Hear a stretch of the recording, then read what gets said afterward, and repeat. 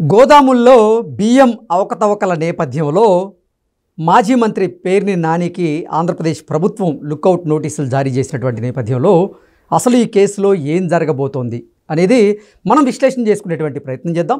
ప్రస్తుతం మనతో పాటు ఉన్నారు ప్రముఖ రాజకీయ విశ్లేషకులు రాజేష్ అప్సాని గారు. సార్తో మాట్లాడారు. సార్ నమస్తే సార్. పేర్ని నాని మీద ఆంధ్రప్రదేశ్ ప్రభుత్వం అయితే లుకౌట్ నోటీసులు జారీ చేసింది. ఏంటి సార్ ఈ కేసులో అసలు నెక్స్ట్ ఏం జరగబోతోంది అంటే ఏం చెప్తారు? ఇప్పుడు వాస్తవంగా పేర్ని నాని గారి ద్వారా జరిగిన ఈ బియ్యం తస్కరింపు, బియ్యం చోరీ, నీది గాంధీ నువ్వు వాడుకున్నావనంటే దొంగతనమే దాన్ని.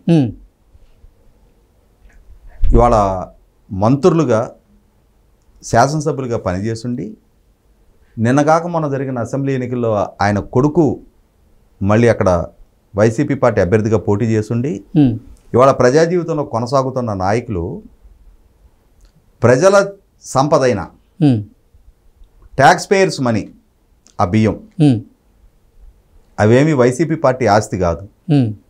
కానీ వీళ్ళు ఏమనుకున్నారంటే మాకు ప్రజలు అధికారం ఇచ్చారు కదా, మమ్మల్ని ఎంపిక చేసుకున్నారు కదా, బడ్జెట్ ద్వారా ప్రతిపాదించబడే ప్రతి రూపాయి మా సొంత డబ్బే, ప్రభుత్వం ద్వారా పంపిణీ చేయబడే ప్రతి బియ్యపు గింజ మా సొంత అవసరాలకు వాడుకోవచ్చు అని చెప్పనే ఒక బరితెగింపు వైఖరి ప్రదర్శించి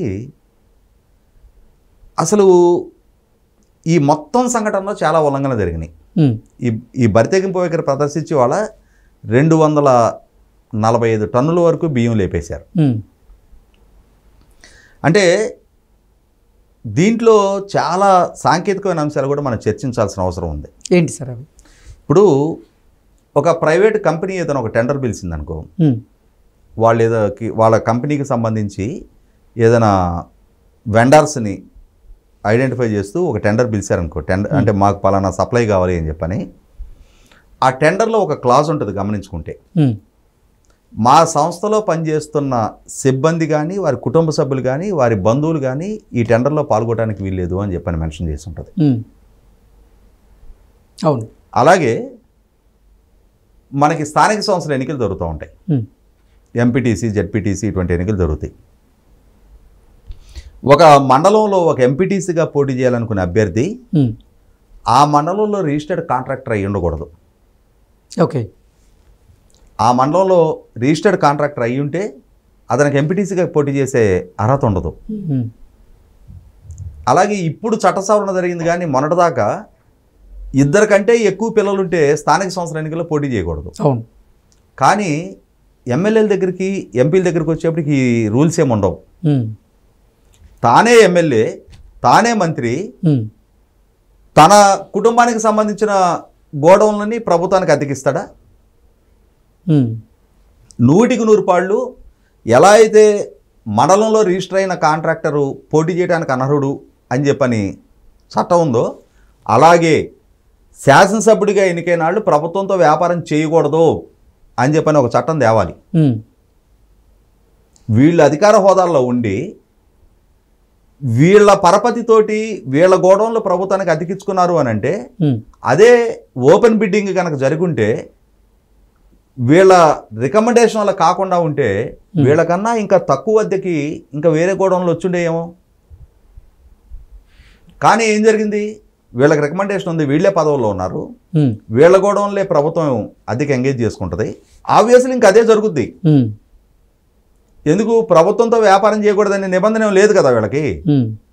దాంతో వీళ్ళ గోడౌన్లోనే బియ్యం వస్తాయి, ఆ బియ్యాన్ని వీళ్ళు వాడేసుకోవటం టన్నులు. అది ఇవాళ అధికారం కోల్పోయిన తర్వాత, ఈ వార్త బయటకు వచ్చిన తర్వాత, ఇప్పుడు మేము చాలా ఆణిముత్యాలం, స్వాతిముత్యాలం అని చెప్పని ఆ బియ్యానికి సంబంధించి నష్టపరిహారం మేము ప్రభుత్వానికి కట్టేస్తాం. సార్, నష్టపరిహారం కట్టేస్తే తప్పు ఒప్పు అయిపోద్ది అంటారు? ఇక్కడ దీంట్లో కూడా చాలా మతలబులు ఉన్నాయి. జాతీయ ఆహార భద్రతా చట్టం కింద ఉన్న రూల్ ఏంటి అంటే, రేషన్ డీలర్ల దగ్గర వాళ్ళకి ప్రభుత్వం ద్వారా సరఫరా చేయబడ్డ ఒక టన్ను ఒక రేషన్ డీలర్కి వచ్చింది అనుకున్నాం ప్రజలకు పంపిణీ చేయడానికి. ఆ బియ్యంలో కొంత క్వాంటిటీ బియ్యం తగ్గాయి అనుకో, ఆ బియ్యం ఖరీదు 43.5 రూపాయలు ప్రభుత్వ సేకరణకు అవుతున్న ఖరీదు మీద 10 రెట్లు అదనంగా ఆ డీలర్కి ఫైన్ వేస్తారు. అంటే 43.5 రూపాయలు ఖరీదు చేసే 1 కేజీ బియ్యం అతని దగ్గర లెక్కల్లో తేడా వస్తే 435 రూపాయలు అతను ప్రభుత్వానికి పెనాల్టీ కట్టాలి డీలరు. కానీ ఇక్కడ అధికారులు ఎంత అవ్యాజమైన ప్రేమ ఈ దొంగ మీద. నేను దొంగనే అట, ఎందుకంటే అతనే అడ్మిట్ అయ్యాడు. మా గోడౌన్లో బియ్యం తగ్గాయి కాబట్టి నేను నష్టపరిహారం కడతాను అని చెప్పని అతనే వాలంటరీగా ప్రభుత్వానికి లేఖ రాసి ఆల్రెడీ 1,72,00,000 రూపాయలు డీడీలు కట్టున్నాడు కాబట్టి ఖచ్చితంగా అవినీతి దొంగతనాన్ని తనకు తానుగా అడ్మిట్ అయినట్టు. కాబట్టి వీళ్ళకి మర్యాద ఇవ్వాల్సిన నష్టి లేదు. ఇతనికి మాత్రం డబుల్ ది కాస్ట్ మాత్రమే ఎట్లా వసూలు చేస్తారు?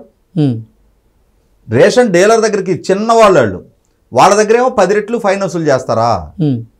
ఈ పెద్దవాళ్ళ దగ్గరికి వచ్చేటప్పటికి ఆ విలువకి డబుల్ అమౌంట్ మాత్రమే ఫైన్ కింద వసూలు చేస్తారా? 10 రెట్లు 8,60,00,000 రూపాయలకి డీడీలు ఇవ్వాలి అతను. ఓకే. ఆ జాతీయ ఆహార భద్రతా చట్టం కింద రేషన్ డీలర్లకి ఏ విధంగా అయితే 10 రెట్లు జరిమానా విధిస్తున్నారో అదే స్థాయి జరిమానా ఇతను కూడా విధించాలి. అంటే 10 రెట్ల జరిమానా ఇతను కట్టినప్పటికీ కేసే. మళ్ళీ ఇవాళ మనం ట్రైన్లో ప్రయాణిస్తుంటాం, ఒక నోటీస్ రాసి ఉంటుంది అక్కడ, టికెట్ లేని ప్రయాణం నేరం, టికెట్ లేకుండా ఉంటే 3,000 రూపాయల వరకు జరిమానా, 6 నెలలు జైలు శిక్ష అని చెప్పని. జరిమానానే, జైలే. అంతేగాని నువ్వు జరిమానా కట్టావు కదా అని చెప్పని నీ తప్పు మాఫ్ అవ్వదు. అలాగే ఇక్కడ కూడా ఇతను చేసిన తప్పుకి జరిమానా వసూలు చేస్తారు, జైలు కూడా 100% విధించి తీరాల్సిందే. ఇక్కడ ఇంకా చాలా అంటే అధికారులు ఎందుకు ఇంతటి అవ్యాజమైన ప్రేమ కనపరుస్తున్నారు అని అంటే అసలు ఆ డిపార్ట్మెంట్లోనే చాలా లోపాలు ఉన్నాయి. ఓకే, మీకు ఒక లైవ్ ఎగ్జాంపుల్ చెప్తాను నేను. సార్, సివిల్ సప్లైస్ మినిస్టర్ గారు నాదెళ్ల మనోహర్ గారు తెనాలి నుంచి ఎన్నికై ఉన్నారు. ఇవాళ తెనాలి పట్టణంలోనే ఒక రేషన్ డీలర్ నాకు కొంత డేటా షేర్ చేశారు. ఓకే. ఇవాళ ప్రభుత్వ సివిల్ సప్లైస్ డిపార్ట్మెంట్ ద్వారా వాళ్ళకి సరఫరా చేసే బియ్యం 50 కేజీల బ్యాగులు సప్లై చేస్తారు. ఈ 50 కేజీల బ్యాగులు వేయి చేస్తే వాళ్ళకి 700 గ్రాములు తక్కువ వస్తున్నాయి సార్. ఓవరాల్గా వాళ్ళకి రావాల్సిన కోట 13,251 కిలోల 960 గ్రాములు రావాలి వాళ్ళకి. కానీ వాళ్ళకి వచ్చింది 12,921 కిలోల 940 గ్రాములు. అంటే 330 కిలోల 20 గ్రాములు తక్కువ వస్తుంది. 330 కిలోలు అంటే ఒక డీలర్ దగ్గరే 330 కిలోలు తక్కువ వస్తుంటే ఒక డీలర్ దగ్గరే 330 కిలోలు తక్కువ వస్తుంది. ఏం చేయాలి డీలరు? ఇప్పుడు అతనేం చేస్తాడు? అల్టిమేట్గా నష్టపోయేది ఎవరు? డీలర్ కూడా కాంటుపట్టి సిచ్యువేషన్లో కిలో ఇచ్చే కార్డుదారుడికి 950 గ్రాములు 900 గ్రాములు ఇస్తాడు. అంతేగాని డీలర్ జేబులోంచి పెట్టుకోడు కదా. లబ్ధిదారులు నష్టపోతారు. ఈ మధ్యలో ఎవరు చోరీ చేస్తున్నారు ఈ బియ్యం? ఇవాళ రైతుల దగ్గర ధాన్యం సేకరణ చేసి మిల్లుల దగ్గర నుంచి ప్రొక్యూర్ చేసినప్పుడు food corporation, civil supplies corporation వాళ్ళు 50 కేజీలకు 50 కేజీలు నెట్ తీసుకుంటారుగా. ఈ మధ్యలో ఈ తరుగు ఎక్కడ పోతుంది? ఎందుకు పోతుంది అంటే ఏయో కొన్ని పందికొక్కులు మేస్తున్నాయి. అవి అసలు సిసల పందికొక్కులా, ప్యాంట్ షర్ట్లు వేసుకున్న పందికొక్కులా, ఏయో పందికొక్కులు మొత్తానికి ఈ బియ్యాన్ని తస్కరిస్తున్నాయి. నాకున్న సమాచారం అయితే ప్రతి నెల ఇప్పుడు రాష్ట్ర వ్యాప్తంగా కొన్ని వందల స్టాక్ పాయింట్స్ ఉన్నాయి. వాటి నుంచి ఈ డీలర్లకు సప్లై అవుతాయి. ఈ డీలర్లకు సప్లై చేసే ప్రాసెస్లో ఆ స్టాక్ పాయింట్లోనే అంటే ఇప్పుడు ఒక డీలర్కి 3 క్వింటాల పైన బియ్యం తేడా వచ్చినాయి కదా. ఆ స్టాక్ పాయింట్ నుంచి ఒక 150-200 మంది డీలర్లకు వెళ్తాయి అనుకో. ఆ 200 మంది డీలర్లకు సంబంధించి వీళ్ళకి ఈ నెల ఒక 10 టన్నులో 15 టన్నులో ఇక్కడ బియ్యం సేవ్ చేసేస్తాం మనం అని చెప్పని ఈ కటింగ్ చేసినవి ఉన్నాయి కదా, ఈ తరుగు బియ్యం పంపించారు కదా. ఆ స్టాకు పాయింట్లో పనిచేసే సిబ్బందికి ఒక అంచనా ఉంటుంది కదా. వీళ్ళు దీన్ని ముందుగానే బేరం పెట్టేసుకుంటున్నారు. మా స్టాక్ పాయింట్ నుంచి మీకు ఈ నెల ఒక 2 లారీలో 3 లారీలో బియ్యం అప్పచెప్తామని చెప్పని.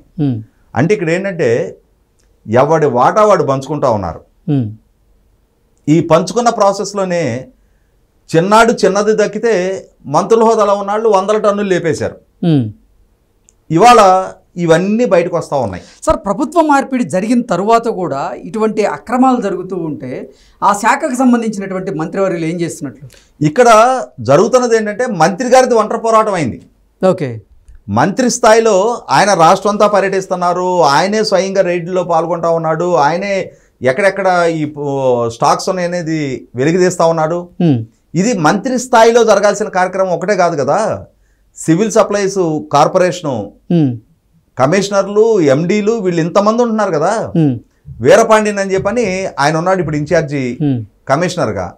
ఆయన ఏం చేస్తున్నాడు, ఐఏఎస్ అధికారి. వీళ్ళందరూ సమిష్టి బాధ్యత కదా ఇది. ఇవాళ పేరు నాని అంశం బయటకు వచ్చింది.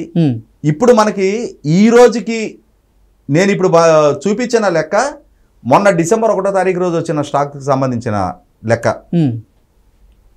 అంటే ప్రతి డీలర్కి ఈ విధమైన కోత పడతా ఉంటే దాన్ని ఎవడో మధ్యలో ప్రభుత్వం చేత నియామకం చేపట్టబడ్డ ఉద్యోగులు, పర్యవేక్షించాల్సిన ఉద్యోగులు, ఇక్కడ ఏమవుతుంది, డీలర్లు కనుక ఏంటి మాకు తక్కువ పంపించారు అని అంటే మీ మీదకి విజిలెన్స్ వాళ్ళని పంపించాలని చెప్పని బెదిరిస్తారు.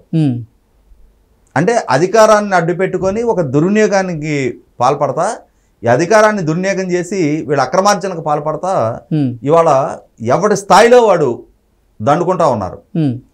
ఎవడికి అందే వాటాలు వాళ్ళకి అందుతూ ఉన్నాయి. ఓకే, కాబట్టి ఇక్కడ ఈ నెక్సస్ని అరికట్టాలి అని అంటే ప్రభుత్వ విధానాల్లో మార్పు జరిగి తీరాలి. ఏం చేయాలి ప్రభుత్వం? అసలు ఎందుకు ప్రజలు కూడా వాళ్ళు తీసుకున్న బియ్యాన్ని వెంటనే 10 రూపాయలకు 12 రూపాయలకు అమ్మేస్తున్నారు? వాళ్ళు తినే బియ్యం కాదు కాబట్టి. నీకు ఇంట్లో తినే బియ్యం అయితే ఆ బియ్యం వాళ్ళు వాడుకుంటారు. తినని బియ్యం ఇస్తున్నారు కాబట్టి వాళ్ళు సత్యనాటి పెళ్లికి వచ్చినంత లెమ్మని చెప్పని మాకు అవసరం లేదు ఈ బియ్యం, ప్రభుత్వానికి 43 రూపాయలు పడిందేమో, మాకు ఉచితంగా ఇస్తున్నారు కదా, మాకేమో నిప్పి తెలియదు కదా, అంటే ఇవి మాకు తినడానికి పనికిరావు 10 12 వాళ్ళు ఇచ్చిన దానికి అమ్మేద్దాం. సో తినడానికి పనికొచ్చేటువంటి బియ్యం ఇస్తే ప్రభుత్వం అయితే తినడానికి పనికొచ్చే బియ్యం అని ఇవ్వాలి. లేదు ఇప్పుడు 43.5 రూపాయలు ఖర్చు పెట్టి ఉచితంగా ఇస్తున్నారు కదా, ఆ 43.5 రూపాయలు డైరెక్ట్ గా క్యాష్ ట్రాన్స్ఫర్ చేయండి, వాళ్ళకి నచ్చిన బియ్యం మార్కెట్లో కొనుక్కుంటారు. ఇప్పుడు ఈ పండించిన బియ్యం ఏం చేయాలి అంటావా?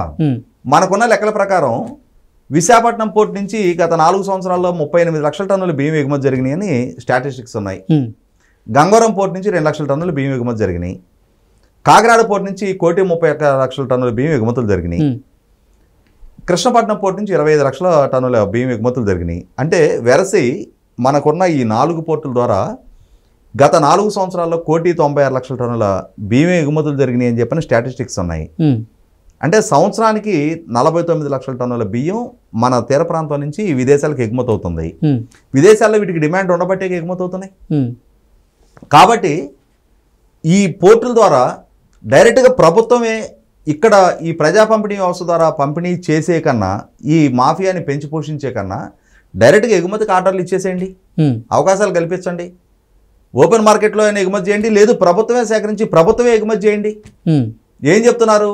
ఈ ప్రజా పంపిణీ వ్యవస్థలో ఈ తక్కువ రేటుకి కొనుగోలు చేసి అక్కడ వెస్ట్ ఆఫ్రికా కొన్ని కంట్రీస్లో కిలో 75 నుంచి 150 రూపాయల దాకా అమ్ముకుంటున్నారని చెప్తున్నారు కదా. అలా ఎగుమతికి ఆస్కారం కలిగిస్తే ప్రైవేట్ ప్లేయర్స్కైనా లాభం వస్తుంది, లేదు ప్రభుత్వమే ఎగుమతి చేస్తే ప్రభుత్వానికైనా లాభం వస్తుందిగా. అవును, ఇటువంటి ఈ దొంగల్ని పెంచి పోషించే ఆస్కారం ఎందుకు కలిగియాలి? ఇవాళ ప్రజలకు అవసరం లేని బియ్యం ఇవ్వటం ఎందుకు, వాళ్ళు అమ్మేసుకోవటం ఎందుకు? ఈ నెక్సెస్ అంతా కొనసాగుతూ ఉంటుంది దీనికి. ఒక్క మనోహర్ గారో, ఒక పవన్ కళ్యాణ్ గారో, ఒక చంద్రబాబు నాయుడు గారో దీన్ని అరకట్టాలంటే ఎక్కడ సాధ్యపడుతుంది అది? కాబట్టి 1,48 లక్షల రేషన్ కార్డులకి ప్రతి నెల ఈ పంపిణీ, ఈ ప్రహసనం, ఇదంతా ఈ ప్రక్రియ కొనసాగించడం ఎందుకు? ఈ విధమైన మాఫియా జరుగుతుంది అని చెప్పని వాపోవటం ఎందుకు? కాబట్టి మొట్టమొదట ప్రభుత్వ విధానాల్లో మార్పు చేసుకుంటే, తన పాలసీస్ని రీడిఫైన్ చేసుకుంటే, అటు ఈ లబ్ధిదారుడికి తాను చేర్చాలి అనుకున్న లబ్ధి చేకూరగలుగుతుంది. 43.5 రూపాయలు పెడుతున్న ఖర్చు అతనికి 10 రూపాయలే దక్కుతున్నాయి. ఆ బయట మార్కెట్లో అమ్మేసుకోవడం వల్ల 43.5 అతనికి దక్కుతాయి. అతనికి ఏది నచ్చితే మార్కెట్లో ఇది 10 రూపాయలకి అమ్మేసుకొని ఏది కొనుక్కొచ్చుకుంటున్నాడో దాన్ని కొనుక్కొచ్చుకుంటాడు. అంతేగాని ఈ పేరు నాని లాంటి వాళ్ళు, ఈ స్టాక్ పాయింట్లో ఈ బియ్యం దొంగలు, ఈ ఎండిఎల్ వాహనాల ద్వారా డెలివరీ వెహికల్స్ ద్వారా ఈ బియ్యం కొనుగోలు చేసే బేరగాళ్ళు, ఈ నెక్సస్ మొత్తాన్ని ఒక్క డెసిషన్ తోటి శాశ్వతంగా ఫుల్ స్టాప్ పెట్టవచ్చు. ప్రభుత్వం ఆలోచించాలి. Okay sir, thank you so much.